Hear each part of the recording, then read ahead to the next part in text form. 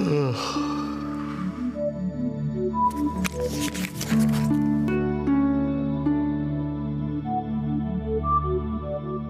সৃজন, এখানে না দেবনারায়ণ দত্তের কথা লেখা রয়েছে। বলছে উনি নাকি ইংরেজদের বিরুদ্ধে রুখে দাঁড়িয়েছিলেন। একটা ট্রেনের কামরা থেকে একজন ভারতীয়কে নামিয়ে দিয়েছিলেন ইংরেজ অফিসার। এই দেখো দেখো, এই দেখো এখানে। কি হে সৃজন, এই দেখো। আরে কি সে ছেলেটা না, ঘুমিয়ে পড়েছো নাকি? দেখো, পড়ো পড়ো। এই তো পড়ছিলাম আমি। কিছু খুঁজে পেলে? না, পাইনি, তবে পেয়ে যাব। জানো তো, এই বইটাতে না পুরনো কলকাতার অনেক কথা লেখা রয়েছে। এই যে দেখো এখানে। সৃজন, আস্তে আস্তে। কি করছো কি তুমি? কি করছো সৃজন? একটু প্লিজ মন দিয়ে পড়ো না। দেখো, একটা কথা ভালো করে মাথায় ঢুকিয়ে নাও। যোগ্য দাদা কিন্তু চাইছেন যে ঠাম্মির সঙ্গে যে দুলাল দত্তের বিয়েটা হয়েছিল তার প্রমাণ আমরা পেয়ে যাই, আর সেই জন্যই তো আমাদের হাতে এই বইগুলো উনি এনে দিলেন। বুঝেছো? ভালো করে পড়ো।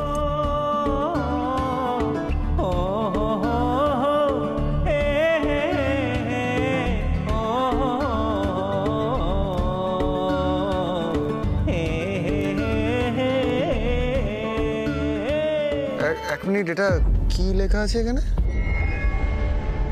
হেয়ার হাসপাতালে ফলক, হেমনলিনী দত্ত।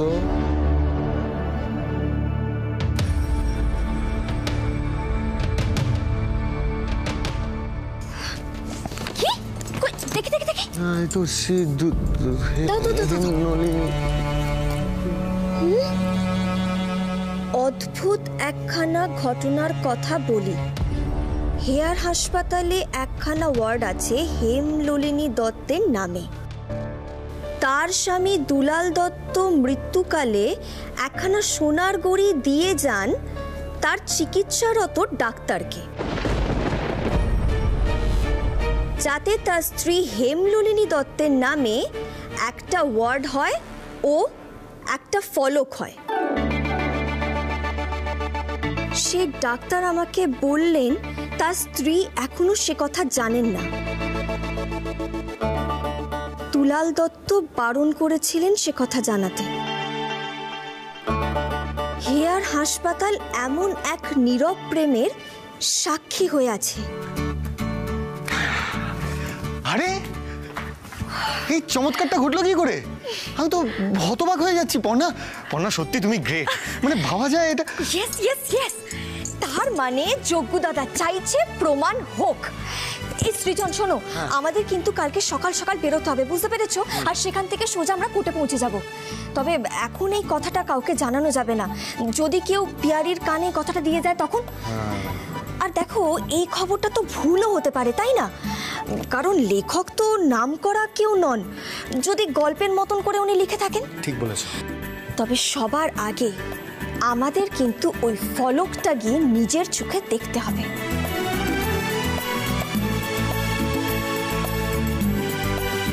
জয় যোগ্য দাদা।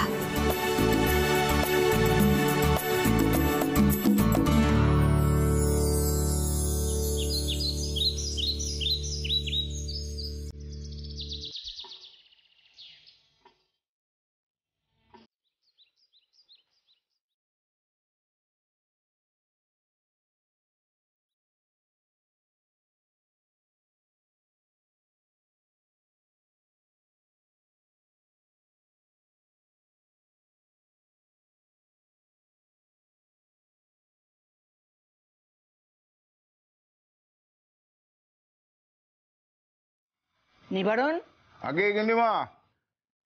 সবকিছু তৈরি তো? হ্যাঁ গিন্নিমা, কিন্তু ব্রতটা কে করবে? কার জীবনে আবার সতীন এলো এ বাড়িতে? এত প্রশ্ন কিসের তোমার? যা বলছি তাই করো। আঙ্কে, সৃজন, এখন কাউকে কিছু বলার দরকার নেই, বুঝেছো? আমরা আগে যাবো ওই ডাক্তারবাবুর বাড়িতে, মানে ঠাকুরদা যাকে সোনার ঘড়ি দিয়েছিলেন না, ওনার ওখানে। যদি ওখানে কোনো প্রমাণ পেয়ে যাই তাহলে একেবারে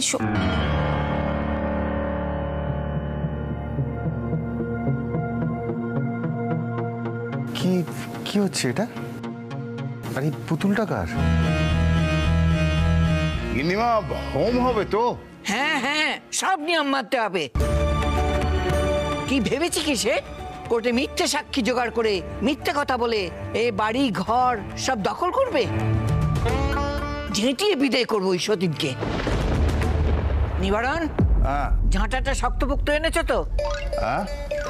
বলছি ঝাঁটাটা শক্তপোক্ত এনেছো তো? হ্যাঁ গিন্নিমা, হ্যাঁ। কিন্তু গিন্নিমা, আপনি ব্রত করবেন? মানে সতীনকাটা ব্রত? হ্যাঁ করবো, তাতে তোমার কি?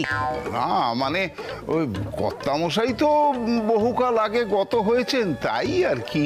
গত হয়েছে তো কি, কাঁটা তো ছেড়ে গেছে। সেই কাঁটা এখন গলায় বিচ্ছে নিবারণ। ওকে আমি বিদায় করব ঠিক করেছি। না, তুমি এসব কিছু জানতে নাকি? না, জানতাম না, তবে এই জেনে গেলাম। ঠিক ঠাম্মি, তুমি একদম ঠিক ডিসিশন নিয়েছো। বিদায় তো করতেই হবে পিয়ারিকে। তবে ঠাম্মি জানো তো, আমাদের হাতে কিন্তু একটা সূত্র এসেছে। কি সূত্র? ঠাম্মি, এটা বলার অবস্থা এখন নয়, সময় আসলে ঠিক তোমাকে জানাবো। আচ্ছা, আমি বলছিলাম এসব ব্রত টত করে কি হবে বলো তো? আদৌ এসব ব্রততে কোনো কাজ হয়? কে বললো কাজ দেয় না? নিশ্চয়ই দেয়। যে সতীন কাটার মতন বিধবে সে ঠিক নির্মূল হয়ে যাবে। আমার বেলাতেও তো হয়েছিল, মনে নেই?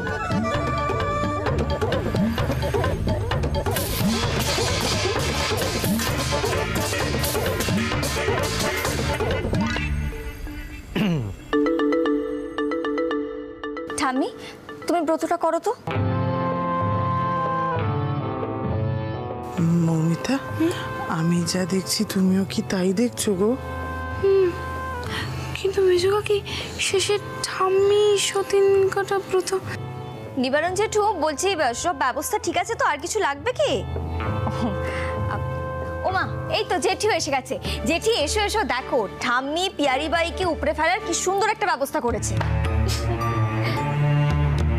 কি মা, দিদি আপনারা উপরে কি করছেন? নিচে আসুন, দেখুন উঠোনে কি হচ্ছে, তাড়াতাড়ি আসুন। হ্যাঁ গিন্নিমা, আসুন। জয় জয়। দাও, নিন, এটা কি ধরুন। ঠিক আছে। ওই পাঁচালিটা মুখস্থ আছে তো? সব মুখস্থ আছে। আচ্ছা, মুখস্থ না থেকে উপায় আছে?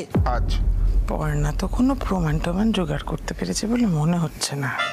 আর এদিকে মা সতীন কাটা ব্রত করছেন। এইভাবে পিয়ারি দত্তকে হটানোর কথা ভাবছেন? এসব করে কি আদালতে আসলে আমাদের পক্ষে কোনো রায় জুটবে? তোমার কি মনে হয় মমতা? দূর, আমাদের সব কিছু শেষ হয়ে গেল মেজো কাকি, সব কিছু শেষ হয়ে গেল। আরে আর কিছুক্ষণ পরে সবাইকে কোর্টে গিয়ে হাজিরা দিতে হবে। আর আমরা কি করছি? সকাল থেকে সময় নষ্ট করে সতীন কাটা ব্রত করছি। ওটা আমি, দাঁড়াও দাঁড়াও 1 মিনিট, এটা ভিডিও করতে হবে তো। ওমা, ভিডিও কেন করবে পর্ণা? আরে বাবা, এই ভিডিওটা ঠিক জায়গায় পাঠাতে হবে না? কি বলছো বলো? আমি তো কিছুই বুঝতে পারছি না। ভিডিও পাঠাতে হবে মানে কোথায় পাঠাতে হবে? আরে ও আচ্ছা আচ্ছা, ওই শয়তান চন্দনের মোবাইলে পাঠাতে চাইছো ভিডিওটা? হ্যাঁ, একদমই তাই। আর সেটাও কোর্টে যাওয়ার আগে পাঠাতে হবে, যাতে ওই পিয়ারি এটা দেখে বোঝা যায় যে আজকেই ওর শেষ দিন। আচ্ছা, মনে রাখি মা, এসব ধ্যাসটামির সময় আমাদের হাতে নেই, বুঝলে? আর পর্ণা, এসব নকরামি টকরামি ছেড়ে দিয়ে আগে বলো প্রমাণ কি জোগাড় হয়েছে? আরে যে সৃজন, দাঁড়িয়ে দাঁড়িয়ে সব কি দেখছিস? থামাতে পারছিস না? জেঠু জেঠু, একটু মাথাটা ঠান্ডা রাখো, ব্যাপারটা বোঝো। আমাদের শত্রুপক্ষকে একটু ভয় দেখাতে হবে না? তার জন্যই তো একবার তো এই ব্রত করে শয়তানিকে দূর করেছিলাম, এবারও তাই করব। লাগবে না প্রমাণ, যা। হতচ্ছাড়ি এসে আমার ঘর দখল করবে আর আমার ছেলে বৌমারা তাদের মদত দেবে। দেখ না সবাই কি করে ঝাঁটা পেটা করি, দেখ। তাই যেন হয় মা, সব যেন ঠিক হয়ে যায়।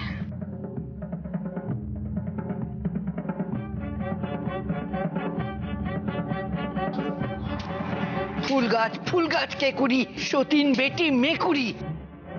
ময়না ময়না ময়না, সতীন যেন হয় না। হাতা হাতা হাতা, খা সতীনের মাথা। বেরি বেরি বেরি, সতীন বেটি টেরি। পাখি পাখি পাখি, সতীন বেটি মরতে যাচ্ছে, ছাদে উঠে দেখি। বটি বটি বটি, সতীনের শ্রাদ্ধে কুট্র কুটি। অসৎ কেটে বসত করি, সতীন কেটে আলতা পরি। দিন দিন।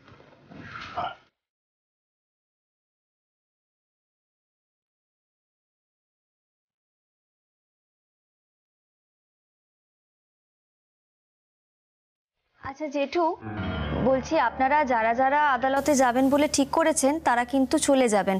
আমি আর সৃজন একটু পরে যাব। পরে আসবে কেন? হ্যাঁ, প্রমাণ জোগাড় হয়নি বুঝি? আরে তুমিই তো বলেছিলে যে বিয়ের প্রমাণ জোগাড় করবে। কে? না, ও আমাদেরকে পথে বসাবে বলে একেবারে কোমরে বেঁধে নেমেছে আমার বৌমা। ও কোথা থেকে জোগাড় করবে প্রমাণ? সমস্ত প্রমাণ তো এই চন্দন লোপাট করে দিয়েছে। আরে বুদ্ধি বিবেচনা করে সমঝোতা করার চেষ্টা করছিলাম, সেটা তো সহ্য হলো না।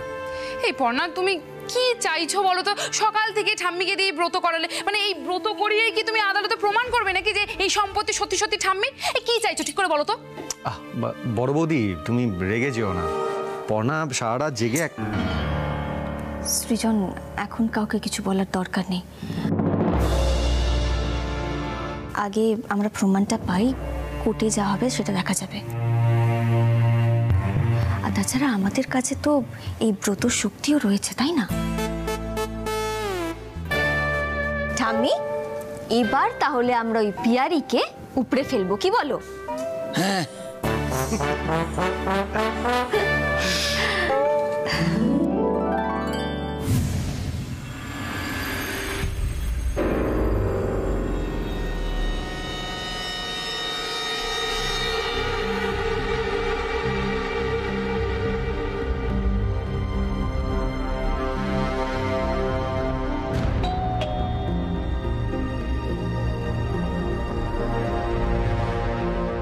নমস্কার, আপনি কি জগবন্ধু চক্রবর্তী?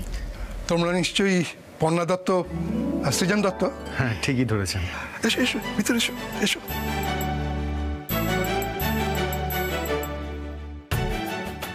ডাক্তারবাবু, বলছি আমাদের না এখন বসার সময় নেই, মানে আমাদের একটা ইনফরমেশন চাই। আরে আগে বসো তো, বসো।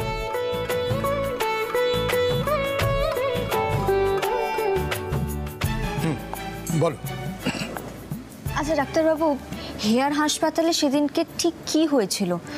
মানে আমি ওই হেমনলিনী দত্তের নামে ফলক আর ওয়ার্ডের কথা বলছিলাম। বুঝতে পারছি, সে এক বিরল ঘটনা, বুঝলে। তা আমি তখন নতুন নতুন ওই হেয়ার হাসপাতালে যোগ দিয়েছি। দুলাল দত্ত সেই সময় হাসপাতালে ভর্তি হয়েছিলেন। ওর লাং মানে ফুসফুসে একটা সমস্যা ছিল, নিঃশ্বাসে খুব কষ্ট হতো। তো সেই সময় দুলালবাবুর সঙ্গে দেখা করার জন্য অনেক লোক আসতেন, ওনার স্ত্রীও আসতেন সেখানে।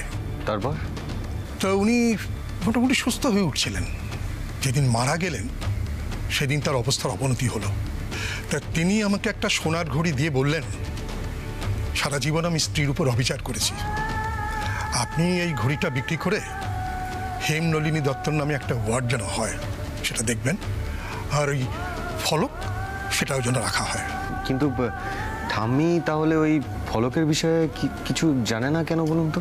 আরে বাবা, তুমি বইটায় পড়লে না? আমাদের দাদা ঠাকুরই তো বারণ করেছিলেন ওনাকে বলতে। একদম ঠিক কথা। দুলালবাবু আমাকে বলেছিলেন যেন হেমনলিনী দত্ত এ কথা কখনো জানতে না পারেন। এটা একরকম তার ওই প্রায়শ্চিত্ত বলতে পারো। আর আপনি ওনার কথা রাখতেই এই কথা কাউকে জানাননি, তাই তো? কি করে জানাই বলো, লোকটা এত করে আমাকে অনুরোধ করলেন। বুঝতে পেরেছি। সৃজন, শোনো না, আমাদের কিন্তু এখান থেকে বেরিয়ে একবার হেয়ার হাসপাতালে যেতে হবে। অনেক বড় একটা সমস্যার সমাধান হলো। মানে ঠাম্মি যে দুলাল দত্তের বৈধ স্ত্রী সেটা কিন্তু আমাদের আজকেই প্রমাণ করতে হবে। আচ্ছা ডাক্তারবাবু, বলছিলাম আপনি আদালতে গিয়ে এই পুরো ঘটনাটা বলতে পারবেন? মানে আমাদের ঠাম্মি এখনো ভাবছেন যে তার স্বামী তার কোনো কদর দেননি। ব্যাপারটা সত্যি খুব কষ্টের। এই বয়সে কোর্টে প্রমাণ দিতে হচ্ছে যে এই বিয়েটা বৈধ। আমি নিশ্চয়ই বলবো। চলো, দেখো একটা সত্য ঘটনা, বলতে তো কোনো অসুবিধা থাকার কথা নয়। তাছাড়া আমি এতদিন বলিনি, প্রয়োজন পড়েনি, কিন্তু এখন যখন একটা সংকট উপস্থিত হয়েছে তখন আমি নিশ্চয়ই বলবো। তোমরা একটু বসো, কেমন? আমি তৈরি হয়ে আসি।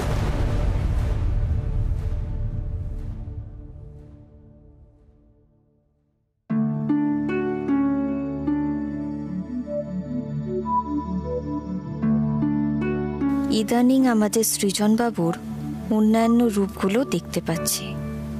বিয়ের বিষয়টা নিয়ে বড্ড সিরিয়াস হয়ে গেছে বাবু। ঠাম্মির কষ্টটাও বেশি করে ফিল করতে পারছে। যোগ্যতা দেখো, সৃজনের মধ্যে যে ছোট ছোট পরিবর্তনগুলো আসছে সেগুলো যেন আমি বুঝতে পারি, ধরতে পারি, আর ওকে যেন স্বীকৃতিটুকুও দিতে পারি। দেখো তুমি,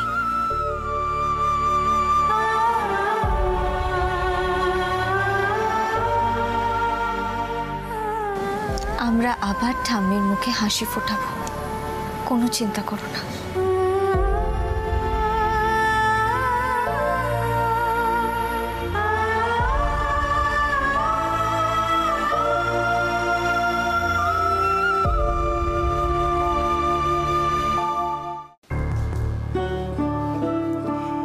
এই ওয়ার্ডটাই হেমনলিনী দত্ত নামে উৎসর্গ করা হয়েছিল।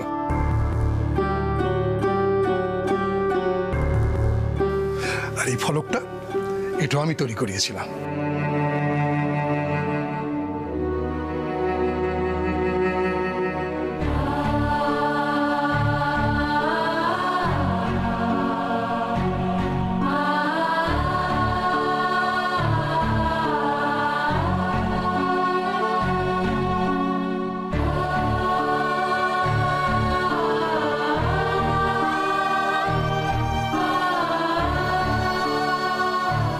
উনি ফিরে এসেছিলেন একেবারে অন্য মানুষ। তখন সে কি অনুতাপ, অসুস্থ,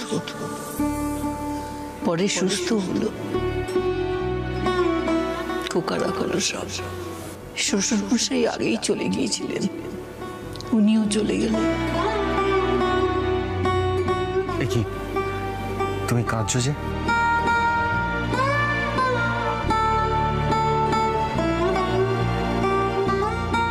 সৃজন, একবার ভেবে দেখো তো, একটা মানুষের কতটা অনুতাপ হলে, তার মনের মধ্যে কতটা ভালোবাসা থাকলে সে এমন একটা ফলক তৈরি করার কথা বলে যেতে পারেন।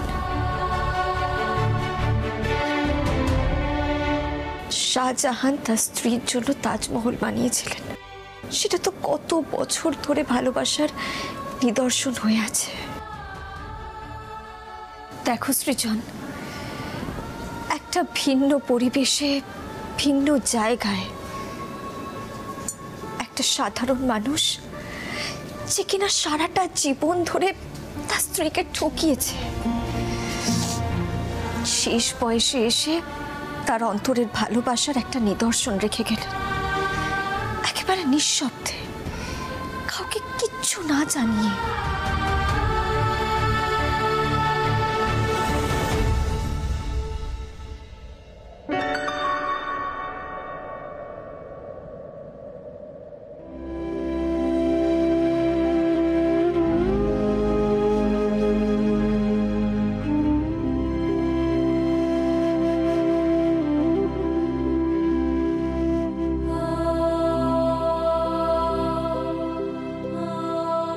পর্ণা, তুমি তো খুব সূক্ষ্ম, তাই তোমার এই আবেগের কারণটা আমি বুঝতে পারছি না ঠিকই, কিন্তু এই আবেগটা না আমাকেও ছুঁয়ে গেছে, জানো তো। এই প্রথমবার ঠাকুরদার জন্য খুব কষ্ট হচ্ছে, আর বারবার ভাবছি আমি যদি কখনো তোমাকে ঠকিয়ে ফেলি কি করব আমি। কি বললে তুমি? তুমি আমাকে ঠকাবে? আজ সকালবেলায় কিন্তু ঠাম্মি ব্রতটা করছিল, আর ঝাঁটাটা এখনো বাড়িতেই আছে, মনে রেখো সে কথাটা। এই তো এই তো এবার তোমার কথাবার্তাগুলো স্পষ্টভাবে বোঝা যাচ্ছে। এর আগের আবেগগুলো না আমার জাস্ট মাথার উপর দিয়ে বেরিয়ে যাচ্ছিল। আচ্ছা আমি বলছি কি, আমাদের এখন এই ফলকের ছবি তুলে এখান থেকে রওনা দেওয়া উচিত নয়? কারণ ওইদিকে তো অলরেডি সবাই পৌঁছে গেছে এতক্ষণে কোর্টে। হ্যাঁ গো, ঠিক বলেছ। সত্যি আমার না নিজের ওপরে এক এক সময় এত মাথাটা গরম হয়ে যায়, আমি এই যে ইতিহাসের সাগরে ভেসে যাই দুম করে। বলছি শোনো না, আমি বরং কয়েকটা ছবি তুলে নিই। হ্যাঁ, আর আমি এক কাজ করি, আমি একবার দেখে আসি ডাক্তারবাবু কি বলছেন, ঠিক আছে? আমাদের তো বেরোতে হবে তাড়াতাড়ি। হ্যাঁ হ্যাঁ, যাও যাও যাও। এদিকে না? হ্যাঁ।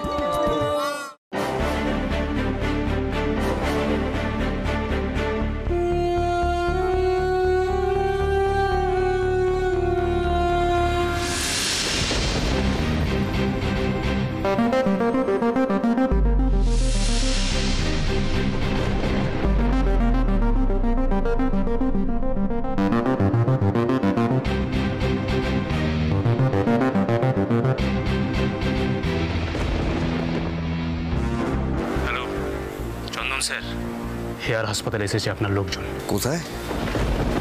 হেয়ার হাসপাতাল? ওখানে কেন? বিয়ের কোনো প্রমাণ পেল নাকি? এই দেখ দেখ দেখ, ভালো করে দেখ ওখানে কি করছে, সব জানা আমাকে।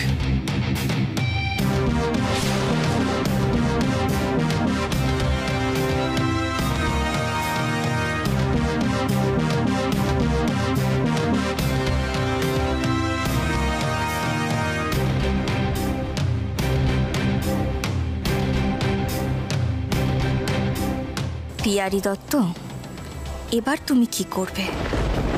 তুমি যার স্বামীকে কবজা করেছিলে, যার স্বামীকে কেড়ে নিয়েছিলে, সেই স্বামীর ভালোবাসাই তাদের বিয়ের প্রমাণ দিয়ে গেল। এই ফলকে শাল দেওয়া রয়েছে, এমনকি স্ত্রীর শব্দটাও লেখা রয়েছে। যে কোনো ছবির থেকে এই ভালোবাসার নিদর্শনই অনেক বড় প্রমাণ।